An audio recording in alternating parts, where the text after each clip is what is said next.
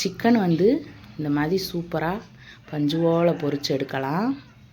அதுக்கு வந்து நான் 1 கிலோ சிக்கன் வாங்கி நல்லா அலசி எடுத்து வச்சுருக்கேன். அதை வந்து நல்லா பெரிய வடைச்சட்டியில் போட்டு கிண்டி விட்டாத்தே நல்லா எல்லா அளக்கும் படுறாப்புல நம்மளால் கையை விட்டு பிணைஞ்சு இது பண்ணி வைக்க முடியும். அதுக்கு இஞ்சி வெள்ளைப்பொடி போட்டுட்டு, இந்த பொடி வந்து கடையில் வாங்கின பொடிதே. நம்ம வந்து சிக்கன் பொரிக்கிறக்கெல்லாம் நம்மளாலே பொடி பண்ணி என்னால் பொடி பண்ணி போட முடியாது, தெரியாது. அதனால் கடையில் வாங்கின பொடியை போட்டுக்கிறேன். அதிலே உப்பு இருக்கும், அதனால் உப்பு போட வேணாம்.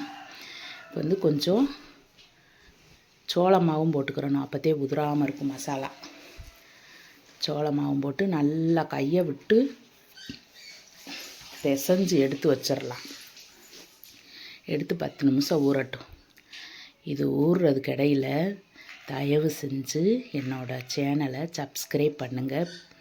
ரொம்ப வேண்டி விரும்பி கேட்டுக்கிறேன், சப்ஸ்கிரைப் பண்ணுங்கள். அப்புறம் வந்து இப்போ 10 நிமிஷம் ஆச்சு. நம்ம வந்து பொரிக்கலாம். பாமாயில்தே ஊற்றி பொரிப்பேன். அப்பளம் இந்த மாதிரி சிக்கனு மீன் இது பொரிக்கிறதுக்கு பாமாயில்தே ஊற்றிக்கிடுவேன்.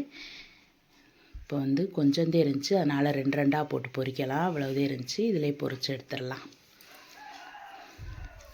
காஞ்சோடனே 2 போட்டு இப்போ செல்லம்மாவுக்கு வந்து நான் வந்து ஸ்கூலுக்கு கொடுத்து விட்றதுக்கு, அதனால் ஒரு 10 சிக்கன் கறி பீஸாக எடுத்து போட்டு பொரித்து கொடுத்துடலாம். அப்புறமா இருக்கிறத நம்ம பொரித்து வீட்டில் சாப்பிட்டுக்கலாம். வந்து 2 பக்கம் திருப்பி போட்டு எடுத்தால் பாருங்கள், மசாலா வந்து எண்ணெயில் உதிரவே இல்லை, நல்லா சூப்பராக இருக்குது.